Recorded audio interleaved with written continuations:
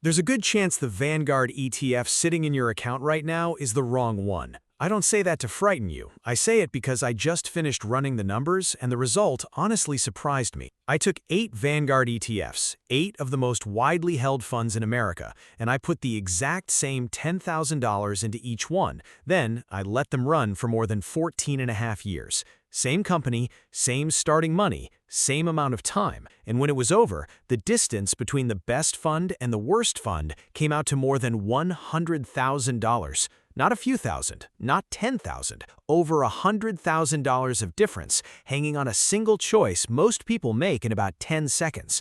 And here's the part that makes this genuinely uncomfortable. 7 of these 8 funds are the ones people buy without a second thought, the famous names, the ones you've seen recommended 100 times, the "you can't go wrong with this" funds, and most of them lost this race. Badly. The fund that actually won, it's one almost nobody puts at the top of their list, and by the end of this video, you'll understand exactly why so many people quietly missed it. I'm going to rank all 8, from worst to best, with the real dollar figure each one produced, but I'm holding the winner until the very end, because once you hear the name and see how far ahead it finished, you may look at your own account a little differently tonight. One quick note before we start. Everything here is educational only. It is not financial advice. These are past results, and the past never guarantees the future. Fair? Good. Let's build the board. So stick with me here. This isn't a list of opinions. Every number you're about to see comes from real historical data. Every dividend reinvested, nothing cherry-picked. And near the end, I'll show you something most of these ranking videos completely skip over, because growing the most money and paying you the most money are not the same thing. And the gap between those two ideas is where a lot of retirees get quietly caught out.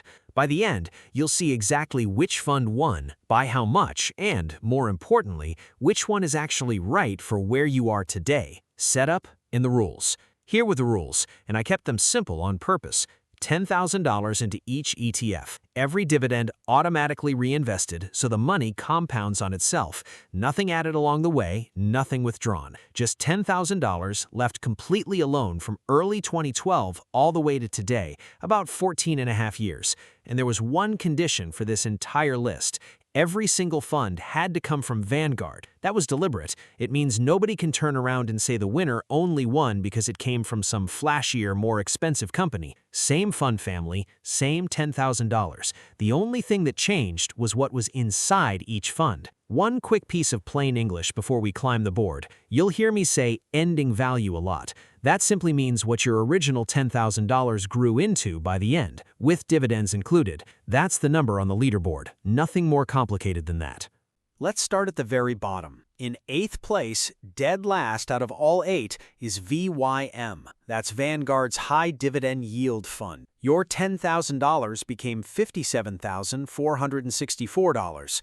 Now, before anyone feels smug or disappointed, understand what VYM actually is. It's the fund built to hold big, established companies that pay steady dividends.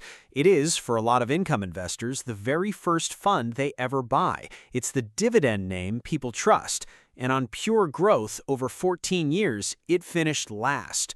But, and I need you to hold this thought because it comes back in a very big way at the end of this video, last place on growth does not mean last place on everything. VYM has a second act coming. File that away. And if you own VYM right now, do not click away and do not panic. I am not telling you to sell anything. That's not what this channel does. By the time we reach the end, you'll actually see one specific concrete reason VYM might still deserve a real place in your account, even sitting here in last place. So stay with me. It matters most to the people who are already retired. 7th place, VIG, Vanguard's Dividend Appreciation Fund. $10,000 became $60,107, just a hair ahead of VYM. Now notice what's happening. 2 dividend-focused funds back-to-back sitting at the very bottom of this list. If you're an income investor, that might sting a little, and I get it, but there's a pattern forming here, and that pattern is the entire reason I made this video. The funds designed to pay you steady income were not the funds that grew your money the fastest. Keep that in the back of your mind as we climb, because it's about to get very obvious, and then right at the end, it's going to completely flip on you. 6th place, VTI. This is Vanguard's total U.S. stock market fund, the one that famously owns a little piece of almost every public company in America, thousands of them. Your $10,000 became $76,707, and that's genuinely a good result on its own. But 6th out of 8? Think about that. The fund whose entire pitch is just own everything and relax couldn't even crack the top half of a list made up entirely of its own Vanguard siblings. Owning everything, it turns out, also means owning all the slow parts. 5th place, and this is the one that surprises people the most, VOO, the Vanguard S&P 500 fund. This is arguably the single most popular ETF in the entire country. The fund half of the internet tells you is the only one you'll ever need. Your $10,000 became $80,497. Sit with that for a second. The most recommended fund in America finished 5th out of 8. It's not a bad fund. 80,000 from 10,000 is a real result. It's just nowhere near the top. And when you see how far ahead number 1 finished, VOO's 5th place result is going to look even smaller than it does right now. All right, quick gut check before we go higher, because the shape of this is about to change completely. Everything we've covered so far has landed in a tight little band between $57,000 and about $80,000. Feels close, right? Almost like it doesn't matter much which one you picked. That illusion is about to shatter because the top 3 funds don't just nudge ahead of this group, they pull away hard. And the number 1 fund finishes so far in front that it made more money than the bottom 2 funds on this list combined.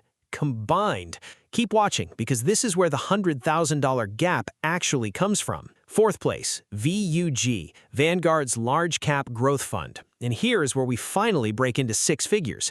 Your $10,000 became $100,443. Do you feel the shift? This is the exact moment the growth-tilted funds separate themselves from the dividend funds. Same company as VYM, same $10,000, roughly the same 14 years, and yet VUG finished nearly $43,000 ahead of last place VYM. Same family, wildly different outcome. From here to the top, we are in a different league entirely. 3rd place, VONG. This is Vanguard's Russell 1000 Growth Fund, a close cousin of VUG, tracking large American growth companies. $10,000 became $102,224. Notice how tightly VONG and VUG are stacked? Barely $2,000 between 3rd and 4th. Up here at the top of the board, the funds start to blur into each other, with one enormous exception that is still sitting off screen, waiting. 2nd place. And honestly, this one is a little painful because on almost any other list, it would be the hero. MGK, Vanguard's Mega Cap Growth Fund. Think the biggest of the big American companies.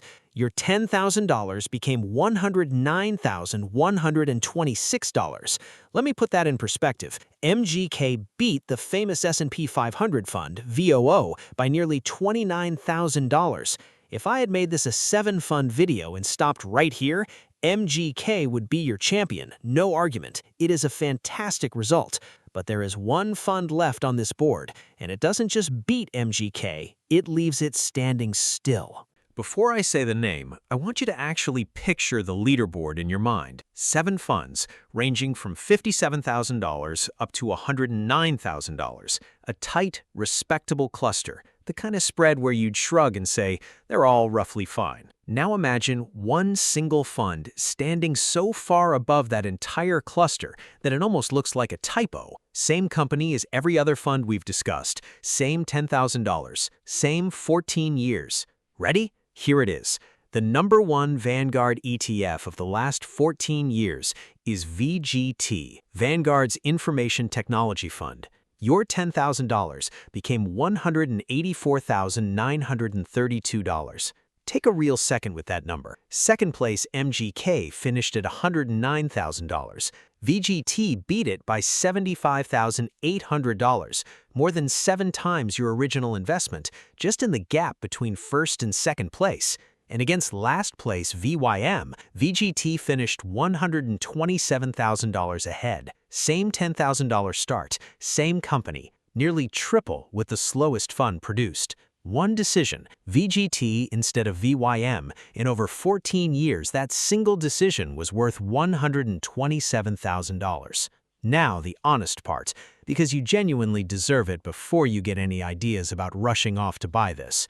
VGT won for one reason: it loaded up heavily on technology companies, and that concentration came at a real cost. Its worst drop along the way was about 35%, noticeably steeper than the calmer, more diversified funds on this list. Quick plain English note on what that means in practice. A 35% drawdown means that if you had $100,000 in VGT at the peak, you'd have watched it fall to $65,000 before it recovered. Winning this long race meant sitting through some genuinely stomach-churning declines and not flinching. And if you are already retired, living off your portfolio, the size of those drops can matter just as much as the ending number, sometimes more. A fund that wins over 14 years is small comfort if a 35% drop scares you out of it in year 3, right at the bottom. So the winner comes with a warning label, and I'd be doing you a disservice to hide it. And now, VYM's second act. The thought I asked you to hold all the way back at the bottom of the list. Yes, VYM grew the least of all 8 funds, but watch what it did that the winner didn't. Over these 14 years, VYM paid you about $11,200 in dividends. Real cash dropped into your account quarter after quarter, whether the market was up or down. The winner, VGT, it paid only about $5,900 in dividends over that same stretch. Read that back slowly. The fund that grew the most money paid you barely half the income of the fund that grew the least. That is the trade-off almost nobody talks about in these ranking videos. And here's the thing, this is not just some VYM quirk. Look at the whole board and a pattern jumps out that honestly should be framed on the wall of every retirement office.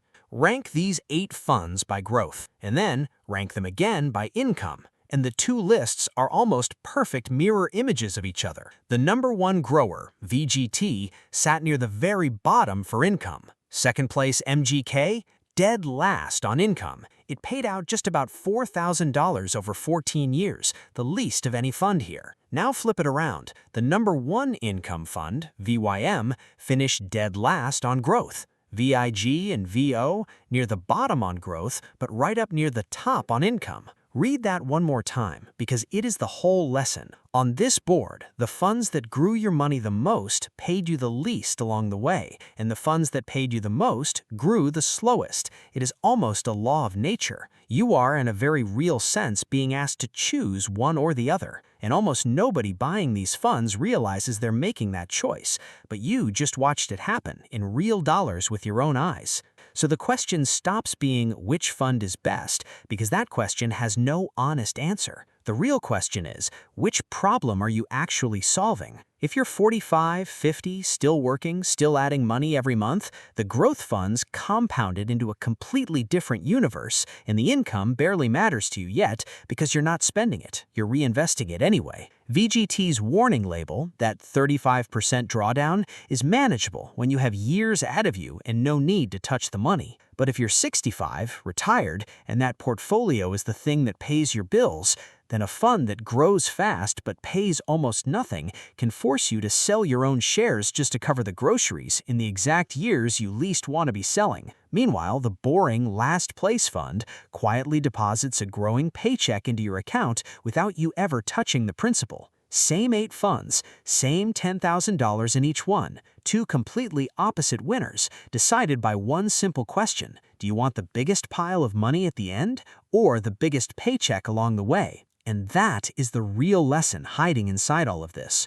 The Vanguard name on the front of the fund tells you almost nothing about what you're actually going to get. What's inside the fund, that's everything. 2 funds from the same company, the same trusted brand, delivered results $127,000 apart and paid income that was nearly double from the one that grew the least. So the next time someone tells you, just buy the Vanguard one, the only fair question back is, which one and for what? If this was useful to you, the single best thing you can do is hit subscribe, because the next video runs these exact same leaderboard tests across the specific income ETFs, the JEPI, JEPQ, SPYI type, and one result genuinely caught me off guard. As always, this was educational only and not financial advice. Please always do your own homework before you touch your portfolio. I'll see you in the next one.